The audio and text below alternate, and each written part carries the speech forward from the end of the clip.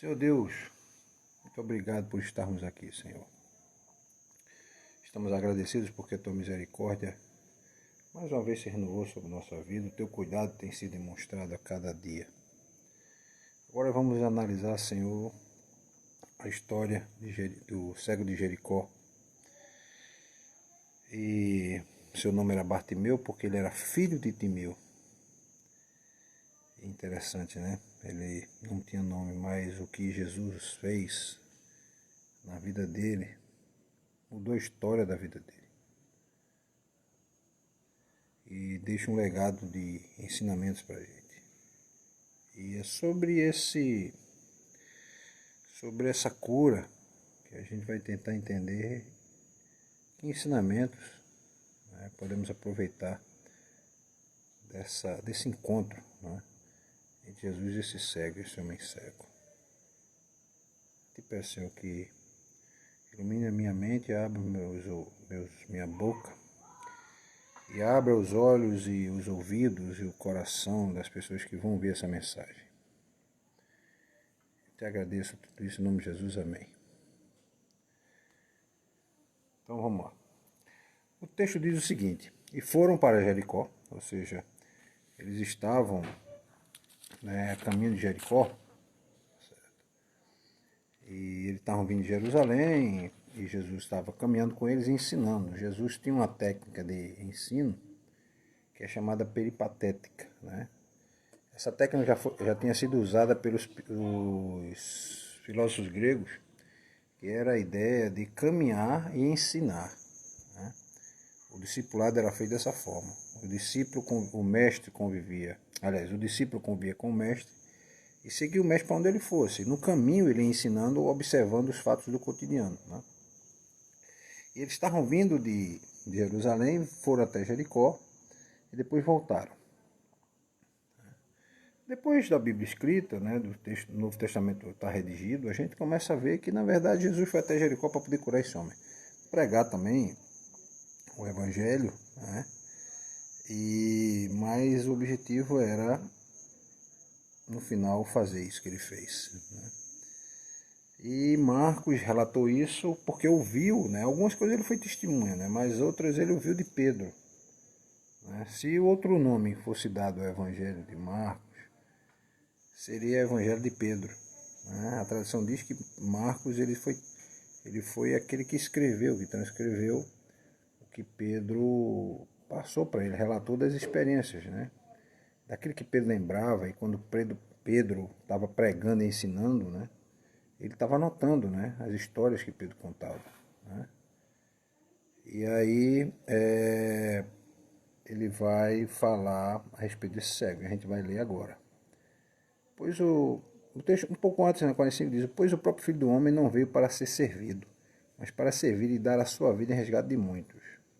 Aí diz: e foram para Jericó. Foram para Jericó. Quando ele saía de Jericó, juntamente com os discípulos e numerosa multidão, Bartimeu, cego, mendigo, ou seja, além de cego, ele mendigava, tá? E não era algo natural, porque o cego não tinha como trabalhar e nessa época ele tinha que mendigar mesmo. Filho de Timeu, estava assentado à beira do caminho. E ouvindo que era Jesus, o Nazareno, pôs-se a clamar: Jesus, filho de Davi, tem compaixão de mim. E esse clamar aqui é gritar mesmo, entendeu? Quase se esguelando, né? E muitos o repreendiam. E esses muitos que repreendiam, provavelmente os discípulos que repreendiam ele. Mas ele cada vez gritava mais: Filho de Davi, tem misericórdia de mim. Parou Jesus e disse: chamai-o. Chamaram então o cego, né? Jesus manda chamar, ele vai e chama o cego. E disse-lhe: tem de bom ânimo, ou seja, aquele que foi chamar ele, né, provavelmente um dos discípulos, tem de bom ânimo, levanta-te, e que ele te chama, no caso Jesus. Lançando de si a capa, levantou-se de um salto e foi ter com Jesus. Perguntou-lhe Jesus: que queres que eu te faça? Respondeu o cego: mestre, que eu torne a ver. Então Jesus lhe disse: vai, a tua fé te salvou. Simples assim. E imediatamente tornou a ver e seguia a Jesus estrada fora. Então veja só. A gente vai fazer um apanhado aqui um pouco com relação à história do cristianismo e com o começo da igreja. No início, o cristianismo ele era conhecido como o caminho. Vamos dizer assim, era conhecido como a seita ou caminho, porque Jesus tinha dito que ele era o caminho, a verdade e a vida. E se ele era o caminho, quem seguia Jesus seguia o caminho. Está relatado lá em Atos 18. Só que tornar-se um cristão, ou seja, o cristão que é um pequeno Cristo, era na verdade muito mais do que uma nova religião. Era encontrar um caminho certo, ou seja, encontrar um caminho acertado para a vida. Então, muitos daqueles que seguiam as pegadas de Jesus, que isso era além de um ato físico, não é? Seguir as pegadas aqui não é uma metáfora, não é uma ilustração, é na verdade exatamente caminhar com ele, né? Para onde ele ia, essas pessoas acompanhavam eles. Então, era um ato físico e também um ato espiritual, né? Jesus dizia que ele era o caminho, a verdade e a vida, e ninguém vem ao Pai a não ser por mim. Quando ele fala isso, ele está falando uma relação espiritual. Essa relação, esse contato com o próprio Jesus era também um contato espiritual. Então, ser cristão para esse pessoal nessa época era seguir mesmo, caminhar com ele. Então, esse ir após Jesus era uma ação tanto fundamental, né? Não era, por exemplo, eu sou um seguidor de Jesus e nunca acompanhava ele. Né? Eu sou um seguidor de Jesus, como muitas vezes a gente diz hoje. Né? Não, nós somos seguidores de Jesus. Mas temos que caminhar como ele caminhou, andar como ele andou, ter a mesma prática de vida que ele teve.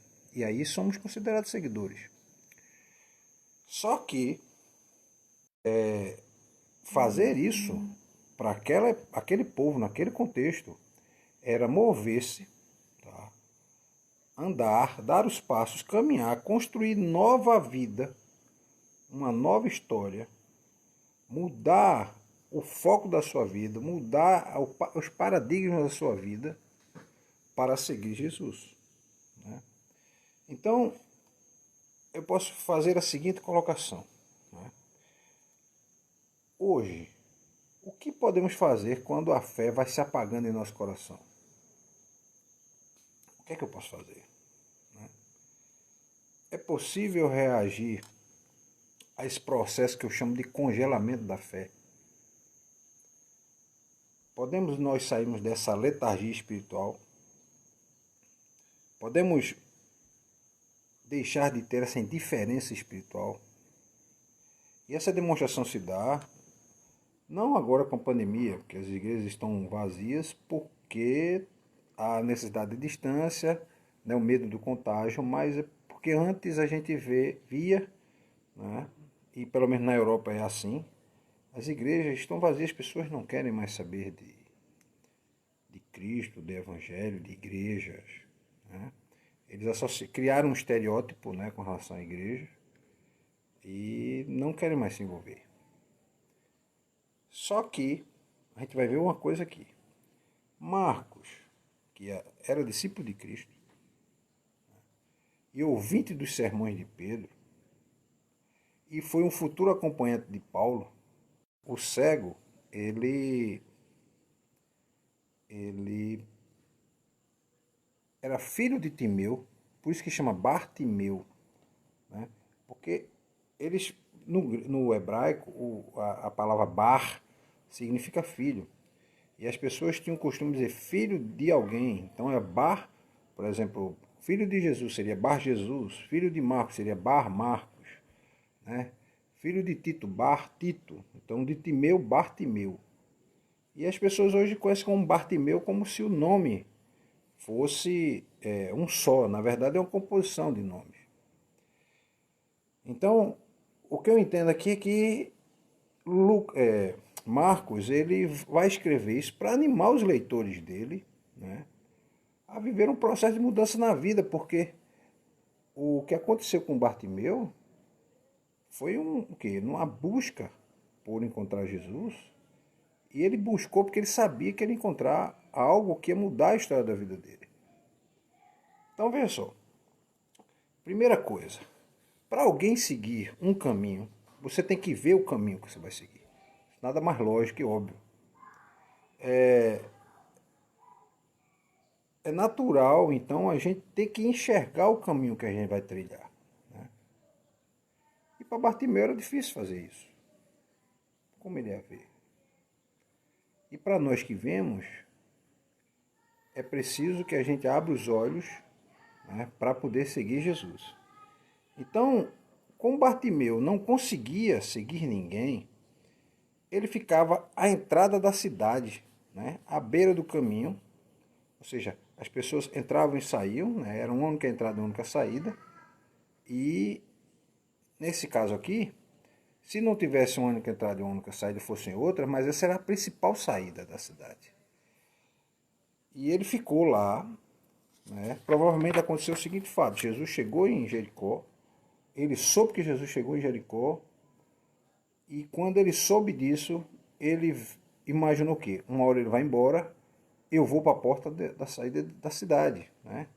Vou para a entrada e saída da cidade. E vou ficar lá esperando ele passar. E vou ficar com alguém esperando para me dizer, olha, ele está vindo aí, ele vai passar aqui agora. Né? E Jesus não ia só. Ele estava sempre acompanhado de alguns discípulos.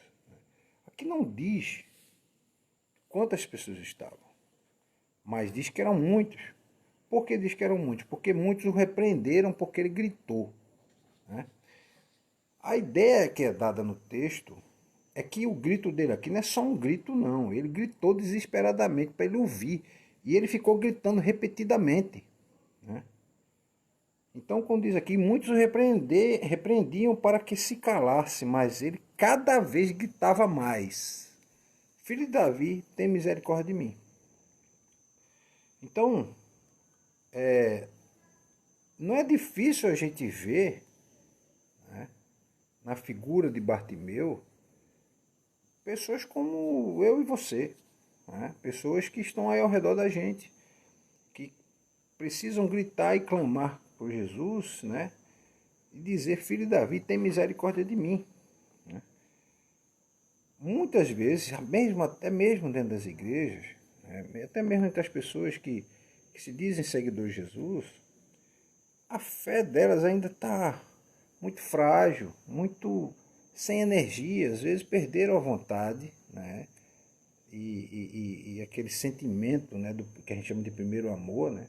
Aquela fé que impulsionava ele a buscar cada vez mais ler a palavra, orar, seguir Jesus, acompanhar os ensinamentos de Jesus, tentar pôr em prática o que Jesus ensinava. Mas, né, aliás, tanto quanto o cego, né, essas pessoas também continuam, entre aspas, cegas. E elas precisavam de Jesus, dessa luz que é Jesus, para poder começar a ver o caminho. E foi o que o cego fez. Muitas vezes também estamos sentados, confortavelmente instalados, numa religião que nós mesmos a criamos, tá? Quantos irmãos nossos não vão para a igreja, eles chegam, sentam no banco, assistem um culto, cantam um hino, leem um texto bíblico, escutam o sermão e vão para casa. E mais nada acontece. A história de vida dele não foi modificada, não foi mudada. Eu sempre digo o seguinte, olha, a pior das perguntas que pode, se Deus pudesse fazer a nosso respeito, é fazer como fez com Jó, né? Observasse meu servo Jó, Deus falando com Satanás, fez essa pergunta. E se ele perguntasse, observasse meu servo Marcos, observasse meu servo José, meu servo Antônio, meu servo Luís, meu servo Eli, meu servo, qualquer nome que você pode imaginar, perguntasse a respeito de nós, o que seria dado como resposta? Essa religião convencional, né, essa religião onde as pessoas acham que ir ao culto no domingo é o suficiente, cumprir minha obrigação, elas, na verdade, elas não entenderam a proposta de Jesus. Elas não conseguiram compreender. Então, muitas vezes, não há energia para elas poderem viver a vida que o cristianismo propõe, a vida que Jesus propôs. Muitas dessas pessoas não têm energia suficiente para se tornarem seguidores de Jesus. Não têm energia suficiente para mudar a história da sua vida. Ou mesmo nem forças para seguir seus passos. Então, estão à beira do caminho, estão, como que dizendo, eles vão estar descaminhados. Né? Não tem caminho para onde, não sabe para onde ir. Né? Então, estão à beira do caminho, né? E o caminho que Jesus percorre. Sempre Jesus passa e ele vê Jesus passar para lá e para cá, mas a vida dele não é alterada. O cego não, o cego viu e pensou, olha, se eu não conseguir agora, eu não sei quando conseguirei novamente. Né? Não sei quando vou ver Jesus novamente. E foi uma cartada decisiva, porque depois dessa cura, Jesus faz aquela entrada, né, em Jerusalém, tá? E em cima do jumento. E ela estava muito próximo da morte dele. Essa foi uma das últimas curas que Jesus fez. Então, é preciso que a gente abra os olhos, né, e a boca, né, para que possa trazer a vista, ou seja, restaurar uma visão, vamos dizer, espiritual, uma visão, uma visão de mudança de história de vida, né, para que a gente muitas vezes tem que entender que o homem está separado da glória de Deus e muitos homens não conseguem enxergar isso, estão cegos. Não conseguem entender que estão mortos nos seus pecados. E essa palavra pecado hoje está tão desgastada que quando se fala isso se remete a algo muito antigo, né? Algo ultrapassado. Tá? Você não pode dizer que as pessoas... quase sermão sobre pecado não se prega na igreja. Poucos são os pastores que falam sobre pecado. Porque as pessoas não querem ouvir. As pessoas não querem ouvir sobre os seus defeitos. Mas a Bíblia mostra os nossos erros. A Bíblia mostra os nossos erros. Então, o cego estava numa situação em que ele precisava gritar. Né? E muitos de nós estamos nessa mesma situação, precisamos gritar e não gritamos. Né? Outros estão praticamente enterrados vivos. Né? No mal deste mundo. Tanto quem está fora como os que estão dentro da igreja, porque o trigo e o joio estão juntos. Eu até mandei um vídeo, né, para o meu grupo, onde o vídeo mostra a diferença entre o joio e o trigo. O trigo não tem semente. Você debulha o trigo, não, o joio. Você debulha o joio não mostra semente. Quando você debulha o trigo, sobra as sementes nas mãos. Tem palha e trigo. Pois Jesus diz que tem que ser separado e nada mais serve do que ser lançado no fogo a palha, para queimar. Mas o que é que a gente vai aprender com esse cego? Primeiro, o que podemos fazer ao ver Jesus passar por nossa vida? Falarmos, gritarmos, ficarmos calados, né? Chamar pelo nome, fazer o quê? Porque a gente vê que mesmo com a sua cegueira, Bartimeu imagina a seguinte situação, Bartimeu podia estar em algum lugar ali dentro de Jericó, e chegou Jesus, e alguém foi conversar com ele. E ele foi falar de Jesus, por quê? Porque a fama de Jesus já estava correndo. Né? Já estava aí praticamente quase 3 anos e alguns meses, aliás, 2 anos e imagina aí que mais o quê? Uns 11 meses de ministério, 10 meses de ministério. Jesus já era muito conhecido, a fama dele já tinha corrido os 4 cantos, né, daquela região, e as pessoas sabiam que com ele a vida teria uma guinada total, uma mudança total de rumo. Então eu imagino que o cego disse, rapaz, olha, eu tenho que ir lá para a entrada de Jericó, né, e ficar esperando Jesus passar. Alguém pode ter levado ele, o texto não diz, mas você pode imaginar, porque é cego. Né? Ou mesmo porque ele só vivia ali, ele conseguiria chegar lá né, tendo mais ou menos ideia de como chegar e perguntando às pessoas, eu quero ir até a porta da cidade. E ele foi. E outra coisa que eu aprendo com o cego de Jericó, ele não perde a oportunidade quando vê Jesus passar. E pede. E pede, na verdade, grita primeiro e grita seguidamente, ou seja, ele gritou várias vezes. E quanto mais mandava ele calar, mais ele gritava. O dizia aqui, ó. E ouvindo que era Jesus Nazareno, pôs-se a clamar, ou seja, disseram é Jesus, ou mesmo as pessoas conversando, chamando ele de Jesus, né, no Yeshua, no caso, né? E aí ele começou a gritar, filho de Davi, tem compaixão de mim. E muitos o repreendiam para que se calasse. Mas ele cada vez gritava mais. Cada vez gritava mais alto. Então a primeira coisa que a gente vai parar para pensar aqui é sobre compaixão. O que é compaixão? Vê só. Compaixão é um estado, tá, onde aquela pessoa que tem compaixão em relação a outra, o estado emocional dela compreende o estado emocional do outro. E ele compreende o estado emocional do outro com o objetivo de fazer o quê? De tentar aliviar sofrimento, né? Ajudar a superar as dificuldades que ele está passando, né? Compadecer-se da situação. Então, compaixão é isso. Então, e Jesus era o mestre da compaixão. Mestre da compaixão e da misericórdia. Então, veja só. Primeiro, qual é a diferença entre compaixão e misericórdia? Porque aqui você não vê o texto de Jesus dizer que teve misericórdia dele. Na verdade, Jesus teve compaixão. Né? E diz aqui o texto, filho de Davi, tem misericórdia de mim. A diferença de compaixão é o seguinte. A compaixão é a tristeza causada pela tragédia alheia. Então, Jesus teve compaixão desse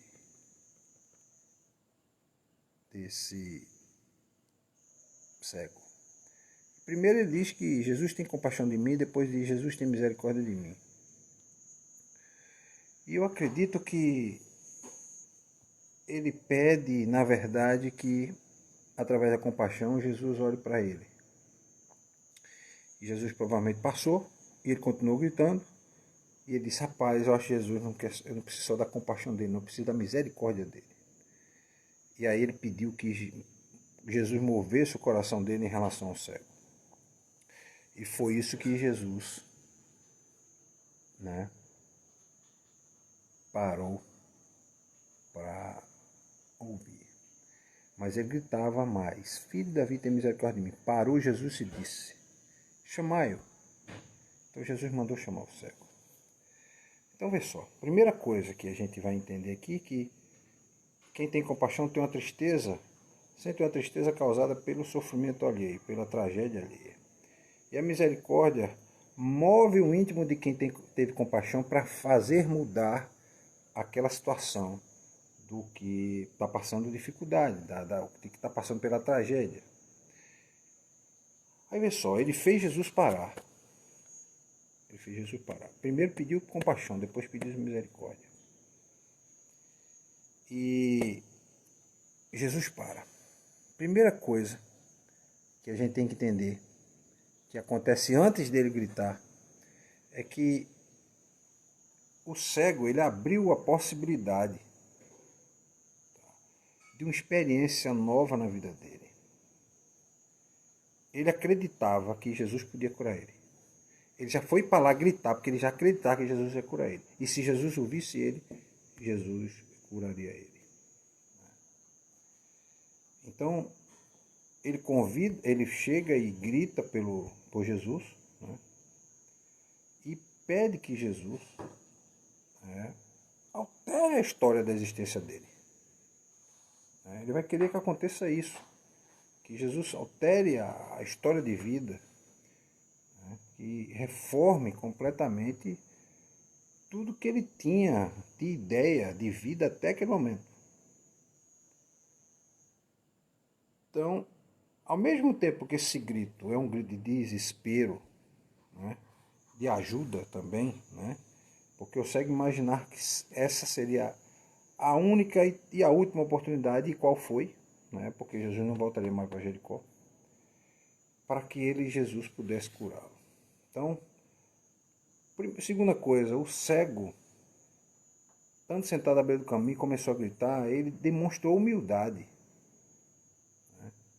Demonstrou humildade, porque ele podia apenas querer pedir que alguém chame ele para mim, chame ele para mim. Não, ele começou a gritar, ele não estava preocupado com o que as pessoas iam achar. Ele não estava preocupado. É tanto que quanto mais repreendiam ele, mais ele gritava. E algumas tradições dizem que os apóstolos é quem estavam mandando ele calar a boca. No fundo era isso, repreender o cego aqui, no original significa calar a boca, literalmente. Cale-se, cale a boca, pare de incomodar, pare de estar gritando. Né? E Jesus evidentemente que ouviu isso aí, né? Mas continuou, porque Jesus só vem na hora certa, no momento certo. E Jesus esperava tudo isso acontecer para ensinar. Né? E foi o que ele ensinou. Que mesmo naquele momento que você acha que Jesus não vai ouvir, você tem que começar a gritar. E ele foi o que ele fez. Então o cego continuou no chão. O cego teve uma atitude de humildade, foi sincero, porque ele disse que filho de Davi, tem compaixão de mim. E só era considerado filho de Davi o Messias. Então ele acreditava que Jesus era o Messias. E ele era cego, hein? Ele não tinha visto ainda as curas que Jesus tinha feito, os milagres que Jesus tinha produzido. Né? Ele ouviu a fome, pode ter ouvido alguns sermões, alguns ensinamentos de Jesus, pode ter ouvido alguns ensinamentos de Jesus. Né? Pode ter ouvido falar das curas, mas ver não. Então ele grita e grita mais, né? Até que um momento os discípulos vêm e dizem, olha, levanta-te que o mestre te chama. Então, qual foi a atitude do cego? O texto diz assim, chamaram então o cego dizendo, tem bom ânimo. Como quem diz, ó, fica contente que Jesus vai te ouvir agora. Levanta-te que ele te chama. Lançando de si a capa, levantou-se de um salto e foi ter com Jesus. Então vamos lá. Primeira coisa que o cego fez, ele abre o espaço e tem a esperança de que algo diferente vai acontecer.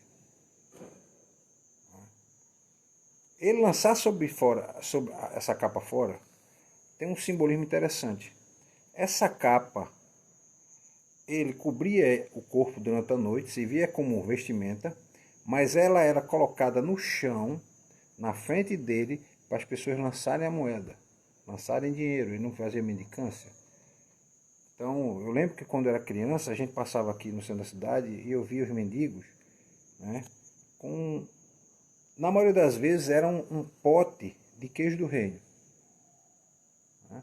Aquelas latas de queijo do reino que as pessoas não usavam mais jogar fora, eles guardavam para ser lançada ali. A gente ouviu o barulho de quando caiu uma moeda. E as pessoas sempre lançam uma moeda. Né? Outros colocavam um chapéu, né, e estendiam a mão, as pessoas davam o dinheiro ou não. Né? Então, o que o cego fez? Primeiro, ele abriu espaço para essa possibilidade de mudança. Né? Segundo, ele, além de ter fé de que haveria mudança, ele deu um pulo. Né? Ele não pensou duas vezes, nem pediu assim, me ajuda a levantar. Ele mesmo pulou e se pôs em pé. Então essa foi uma reação de quem realmente tinha uma confiança de que Jesus ia mudar a história da vida dele. Né? Então, segundo e terceiro é que ele já não estava mais sozinho. Já tinha várias pessoas junto dele ali. Porque se ele chamou a atenção de Jesus, todo mundo parou para ver o que é que Jesus ia fazer.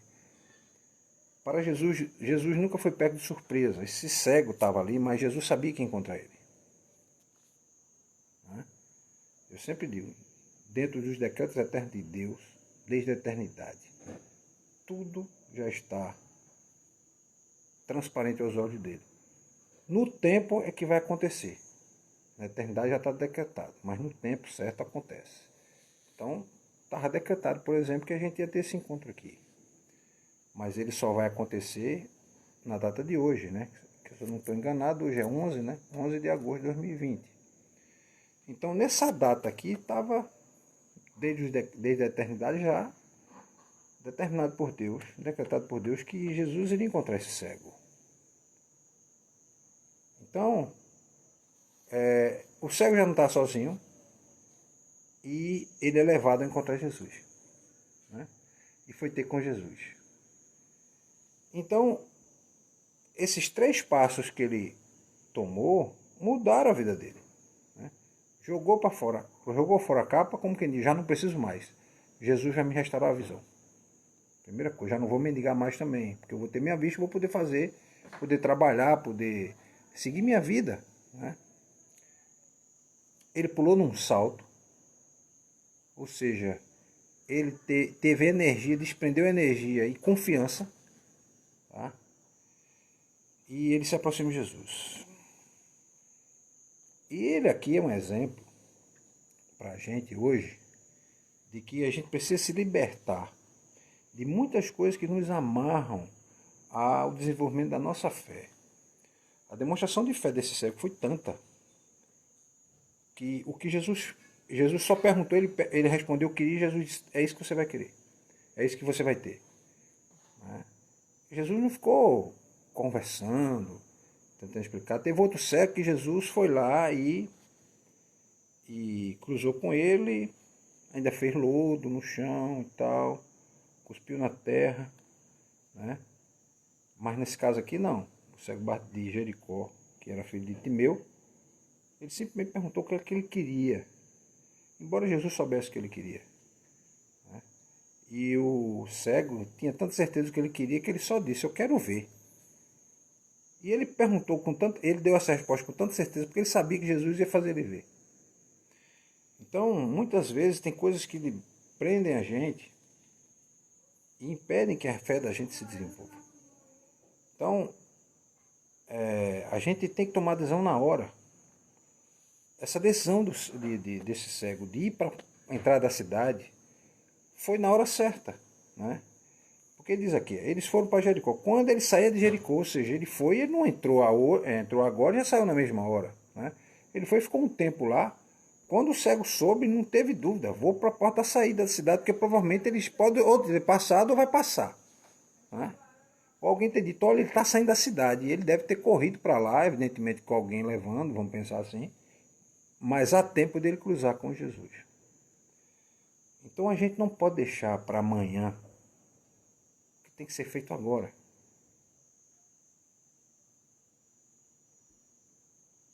A gente não pode deixar para mais tarde o que a gente precisa fazer com Jesus. Se a gente confia nele, a gente tem que entregar a vida a ele, a gente vai, na verdade, tem que agir da forma que esse cego agiu. Ter ânimo, levantar-se, deixar tudo para trás que não vai precisar mais, porque nesse encontro com Jesus a transformação foi tanto que ele nem precisava mais da capa. Ele voltou a enxergar. Ele não precisava mais mendigar. E ele foi ter com Jesus. E aí Jesus pergunta a ele, que queres que eu te faça? Quando Jesus pergunta isso, o cego não fica, olha Senhor, eu nasci assim, meu pai é assim, minha mãe é assim, eu moro em tal canto, eu queria poder trabalhar e não posso, eu queria poder plantar e não posso, eu desde criança, olha, eu sofri tanto bullying quando era criança, né? Eu sofri tanto problema quando era criança. E no fundo, né, eu quero que o Senhor faça alguma coisa pela minha vida, muda a minha vida. Não, ele simplesmente disse, eu quero tornar a ver. Mestre, que eu torne a ver. Quando ele diz eu torne a ver, o que é que lhe diz o texto? E dá a entender o quê? Que ele já tinha enxergado antes que alguma doença ele tinha e que impedia de ver. Então, ele sabia muito bem o que ele queria. Muito bem. Estava muito bem definido na mente dele o que é que ele queria de Jesus. E aí Jesus faz o quê? Então Jesus lhe disse: vai, a tua fé te salvou. E imediatamente tornou a ver e seguia a Jesus estrada afora. E ainda tem uma mudança aqui. Que Jesus diz o que para ele? Vai para onde? Vai para tua casa, vai para tua família, vai voltar para tua vida, para o dia a dia da tua vida e que tua fé te salvou. Ou seja, Jesus, além de curar ele, Jesus também salva ele. Todos aqueles que entregaram sua vida a Cristo, a Bíblia diz que um dia, ao ressoar da última trombeta, vão se encontrar com Cristo. E esse cego, que não é mais cego, estará lá. É exatamente isso que o texto dá a entender aqui. Vai, a tua fé te salvou. Ou seja, tu além de ser curado, tu estás salvo, porque ele cria que Jesus era o Messias. Ele não tinha dúvida. Ele não tinha dúvida, por exemplo, que alguns outros tinham com medo, né, de se encontrar com Jesus, como Nicodemos, que tinha medo de se encontrar com Jesus, foi se encontrar com Jesus de noite.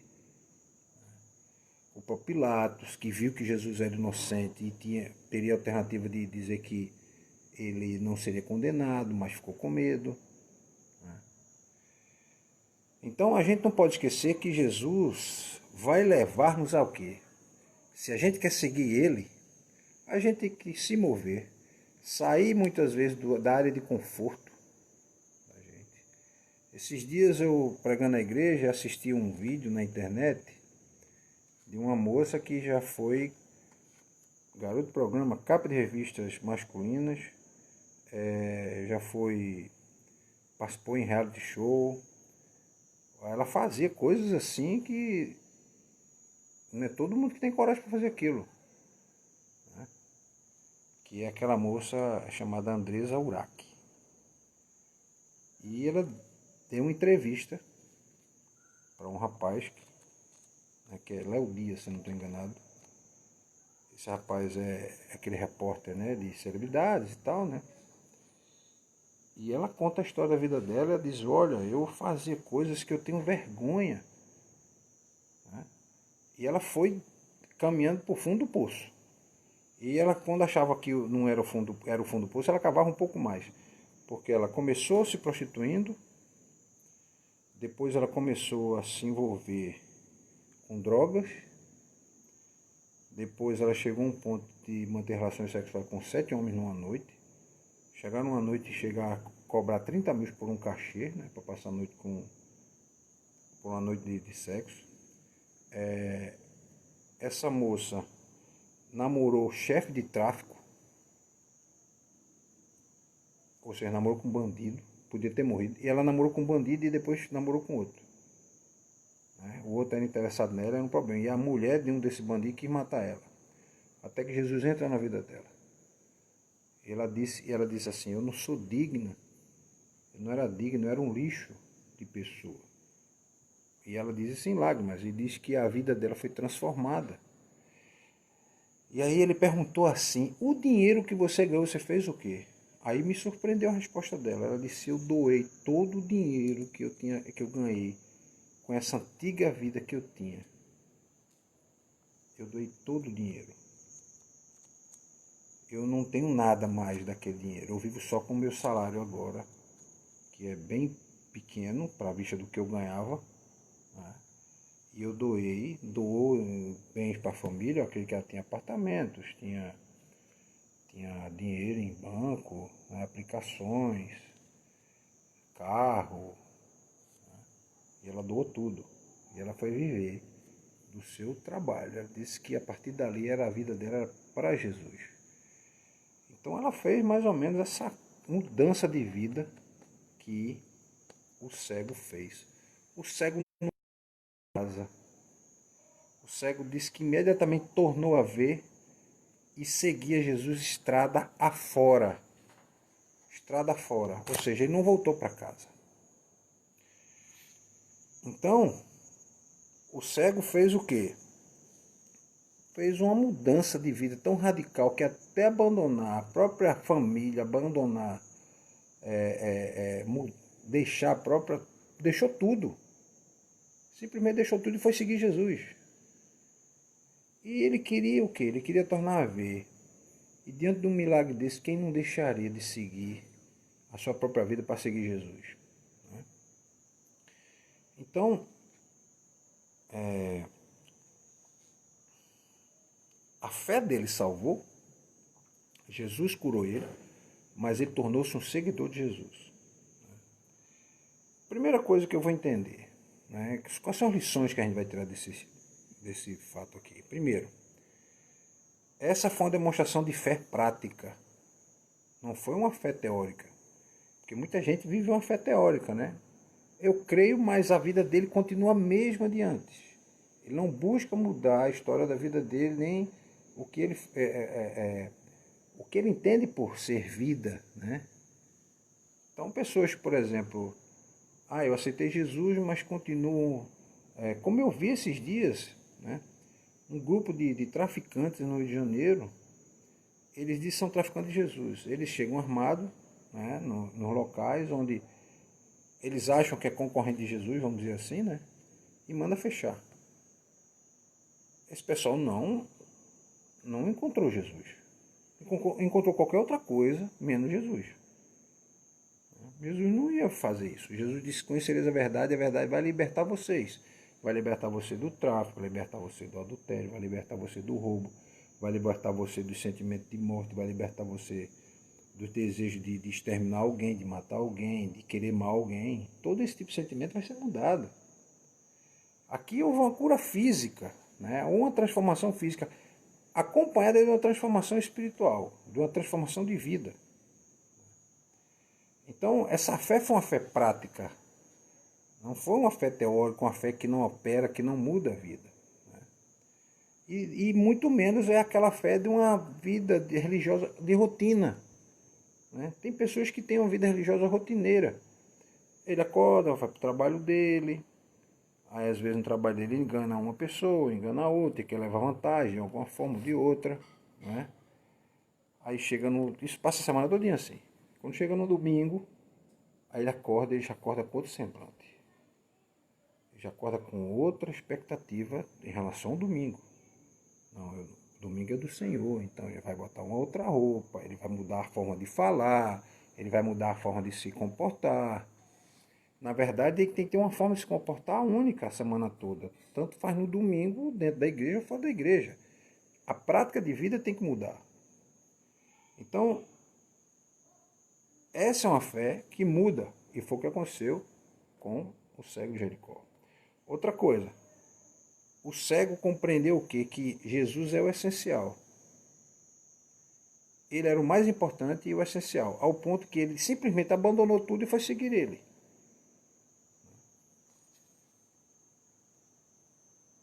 E isso vai chamar a atenção para que muitas pessoas também comecem a ver que o essencial está em Jesus. Não está nos bens, não está na conta bancária, não está nos seus negócios.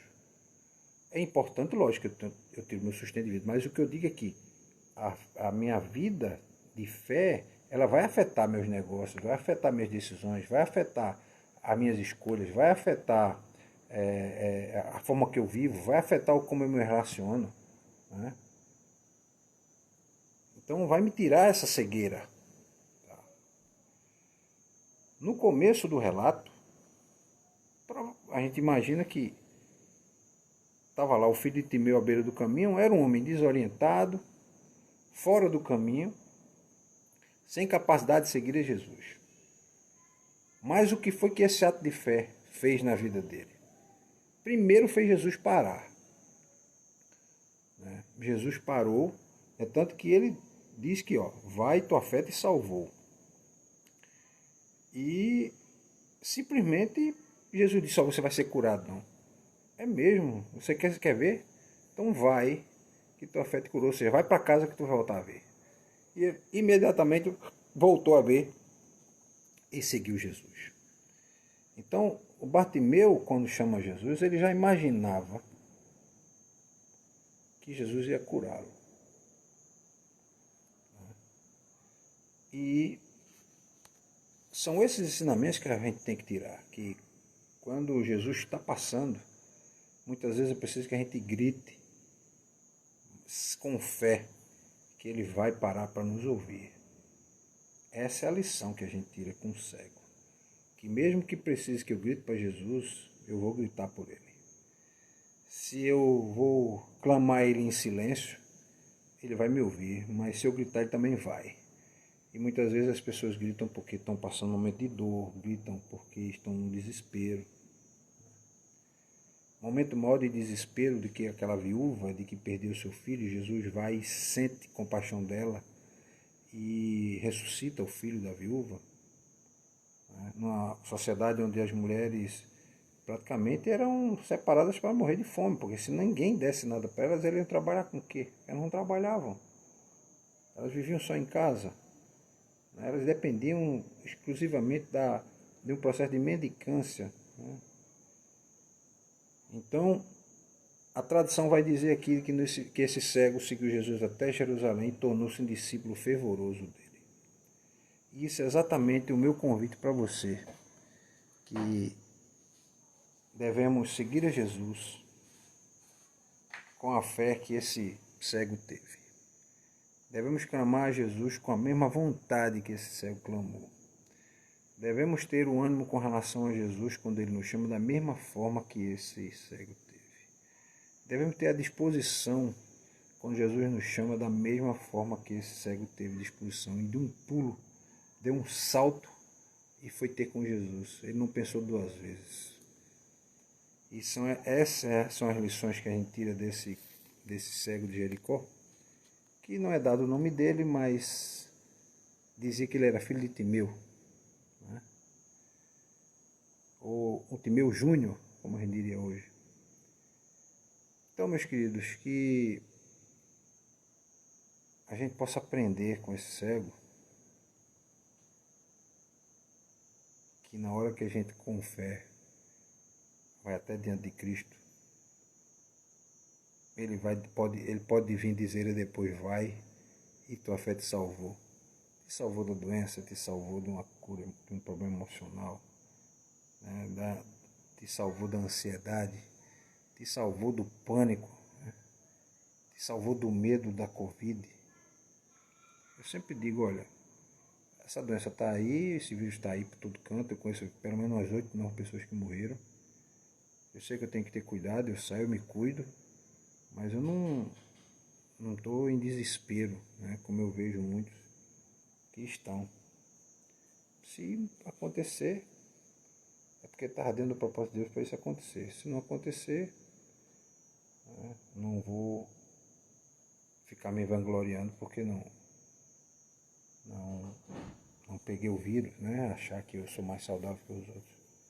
Na verdade, eu sempre digo o seguinte, o vírus não vai além daquilo que Deus permite que ele vá. É como a onda do mar, ela não quebra além da praia.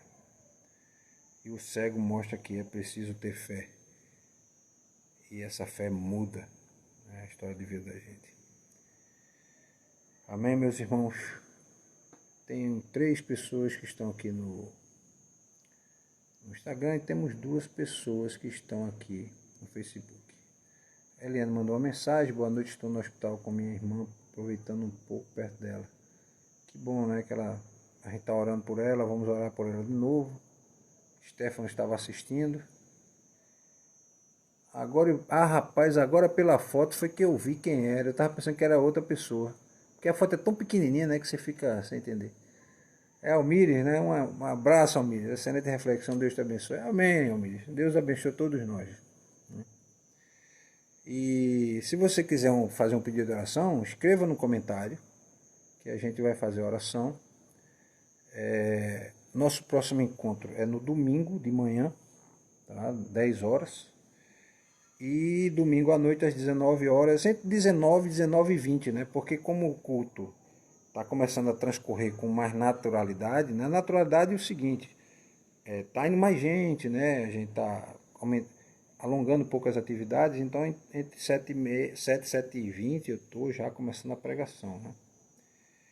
E as pessoas que quiserem participar do grupo, depois pode mandar o número do telefone, eu coloco no zap e depois eu apago até nos comentários, né, o número do telefone, para poder você receber, porque tem minha conta no YouTube. Eu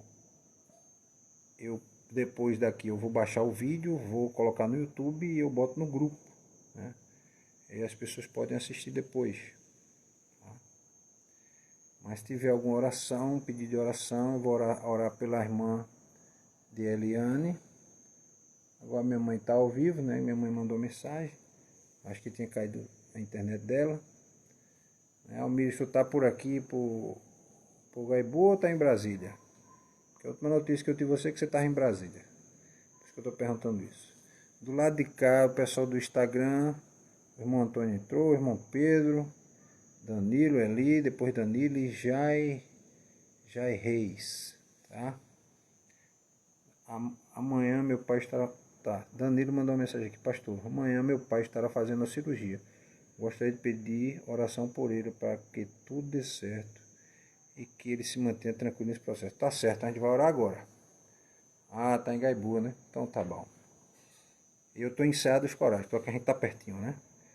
Aqui tem algum pedido de oração? Não tem? Então vamos orar, né? Eu vou orar pela irmã de Eliane, que está no hospital. A irmã dela está hospitalizada. Já tinha pedido a oração uns dias atrás. E eu vou orar pelo pai de Danilo. O irmão Antônio mandou mensagem: peço oração pelas famílias pelas famílias da igreja. Tá certo, irmão Antônio. Vamos orar. Senhor Deus, estamos mais uma vez, Senhor, diante de Ti, pedindo, Senhor, pela irmã de Eliane que está no hospital.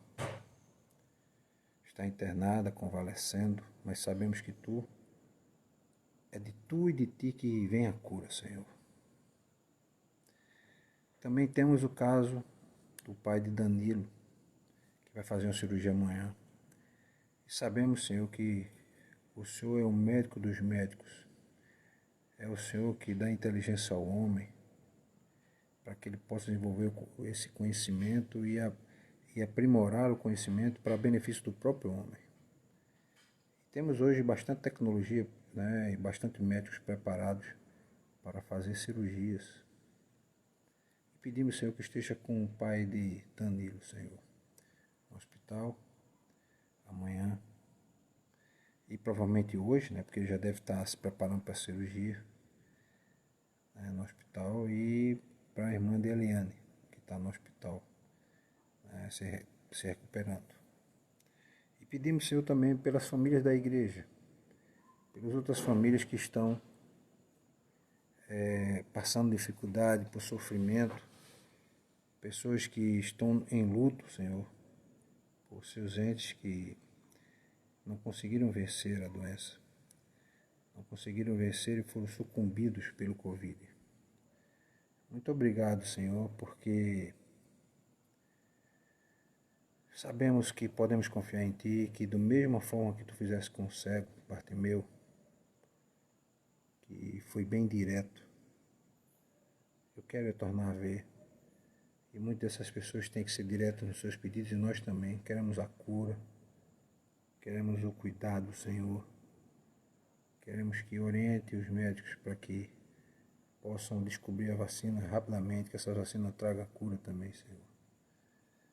Além disso, que os médicos que estão nos hospitais possam ter energia para cuidar, porque a pressão é muito grande, o desgaste emocional é muito grande, o desgaste psicológico é muito grande, o desgaste físico é muito grande. Eu vi relato de pessoas que passaram 30 dias, 40 dias nos hospitais sem sair de dentro do hospital, para poder cuidar das pessoas doentes. Ó Deus, esteja cuidando das famílias que estão passando dificuldade. É isso que te peço em nome de Jesus, amém. Então tá, meus irmãos, aqui no Instagram vai cair em 30 segundos. Tá? Um abraço para vocês, até domingo, quando a gente vai se encontrar novamente. Eu fico mandando mensagem no grupo do WhatsApp. Tá? Um abraço para todos e até domingo.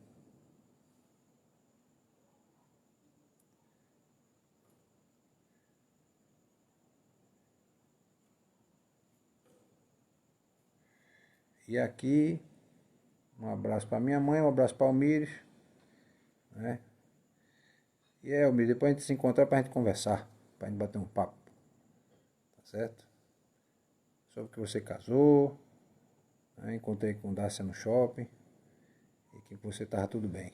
Então, marcar um dia para a gente se encontrar e comer uma pizza. Um abraço e um abraço para minha mãe, né? Que daqui a pouco eu vou ligar para a senhora, que precisa acertar a viagem da gente. Até mais. Até domingo.